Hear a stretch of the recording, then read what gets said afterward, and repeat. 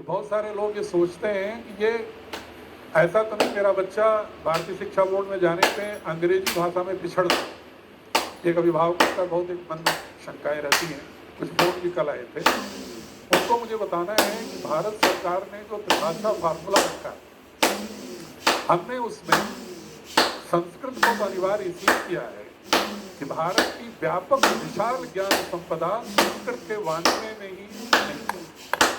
इसलिए जो व्यक्ति संस्कृत नहीं जानता वह अपने भारतीय ज्ञान परंपरा को सदा पर स्पर्श कर सकता है, गहरी डुबकी नहीं लगा। और संस्कृत पढ़ने से बुद्धि का भी सहज विकास होता है, बुद्धि प्रतिभा का भी एक बड़ा तत्व है। वो इसलिए तब है स्वामी जी कि जो दुनिया का पहला फोनेटिक्स, पहला व्याकरण किसी भाषा का हुआ तो संस्कृत का हुआ।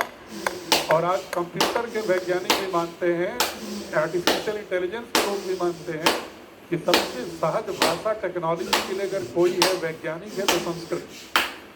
तो संस्कृत इसलिए अनिवार्य रखा गया है, लेकिन हमने संस्कृत, हिंदी, इंग्लिश और रीजनल लैंग्वेज, हर स्टेट की रीजनल लैंग्वेज भी हमारे यहाँ सम्मान मिले। इन 4 भाषाओं में से किसी 3 भाषा को लेना। और इसके अलावा हम स्पेनिश, जर्मन और फ्रेंच को भी कक्षा 1 से लेकर कक्षा 8 के बीच में कुछ महीनों का इतना कोर्स चला देंगे कि उसे बेसिक फंडामेंटल जानकारी भाषाओं की भी हो जाए। ऐसा क्यों? मैं पूज्य स्वामी जी के अनुमति से कहना चाहूँगा कि संस्कृत पढ़ना इसलिए भी जरूरी है कि हमने देखा है इस समय जब मैं ढूंढ रहा हूँ पाठ्य पुस्तक बनाने के लिए, बहुत बड़े बड़े वैज्ञानिक, बड़े समर्थ विद्वान जिन्होंने संस्कृत नहीं पढ़ी है, वो आधुनिक विज्ञान में तो बहुत सामर्थ्यवान है, लेकिन अपनी ज्ञान परंपरा से उसको जोड़ने में अपनी अक्षमता अपना व्यक्त करते हैं। और वो कहते हैं असमर्थता व्यक्त करते हुए, यदि हम संस्कृत काश पढ़े होते तो हम शायद और अधिक बेहतर विद्वान और समग्र विद्वान हो सकते। इसलिए बना रहे हैं। दूसरा, अन्य भाषाओं को क्यों पढ़ा रहे हैं? एक तबका ऐसा भी है जो कहता है कि आप अंग्रेजी क्यों पढ़ाएंगे। उनको मैं ये विनम्रतापूर्वक अनुरोध करना चाहूँगा कि ऐसा नहीं है कि मैं पूरे सम्मान के साथ कह रहा हूँ कि स्वामी विवेकानंद, स्वामी रामतीर्थ, परमहंस योगानंद क्यों पूरी दुनिया में भारतीय संस्कृति का परचम फहराने में सक्षम हुए? क्योंकि उन्हें विदेशी भाषाएं भी आती थी। यदि हम मात्र अपनी भाषा के ज्ञाता हो जाएं, कितने भी विद्वान हो जाएं, अपने भाषा भाषी लोगों के बीच में ही हम अपने दर्शन को पहुंचा पाएंगे। लेकिन पूरे वैश्विक स्तर पर अगर भारत की ज्ञान परंपरा का ध्वज फहराना है तो हमें विदेशी भाषाओं में भी निष्णात होना पड़ेगा। इसलिए भारतीय शिक्षा बोर्ड का उद्देश्य है वैश्विक नागरिक, भारतीय दृष्टिकोण। बल्कि बस अंतिम बात मैं कह रहा हूँ कि भारतीय दृष्टिकोण वैश्विक नागरिक ही नहीं, बल्कि एक कदम उससे आगे मैं स्वामी जी कह रहा हूँ, भारतीय शिक्षा बोर्ड में जो पढ़ेगा बढ़ेगा वह कॉस्मिक सिटीजन होगा, ब्रह्मांडीय नागरिक होगा। वो अपने पूरे ब्रह्मांड के साथ अपनी कोई इकाई मानेगा, मात्र एक मानव मात्र की इकाई नहीं मानेगा। वो और समग्रता से उसका व्यक्तित्व योग अध्यात्म के साथ विकसित होगा।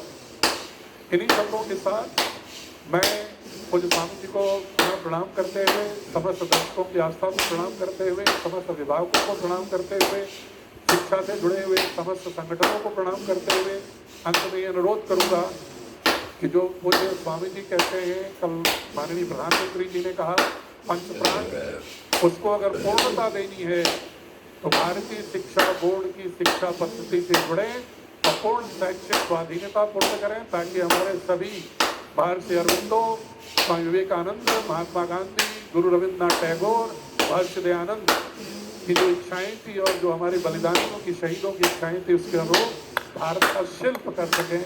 बहुत बहुत प्रणाम। और बहुत बहुत अभिनंदन आते हैं हमारे शिव साहब, हमारे भारतीय शिक्षा बोर्ड के ये पुरोधा हैं, उसके नेतृत्व करने वाले हैं। और उस दृष्टि से एक समग्र भारतीयता की दृष्टि, एक शब्द आज वो नहीं बोल पाए, बोलते रहते हैं कि जो NCR सेंट्रिक जो एक दृष्टि थी शिक्षा में, और उसमें समग्र भारत और भारतीयता का समावेश नहीं था, उससे भी हम इस को बाहर निकालें।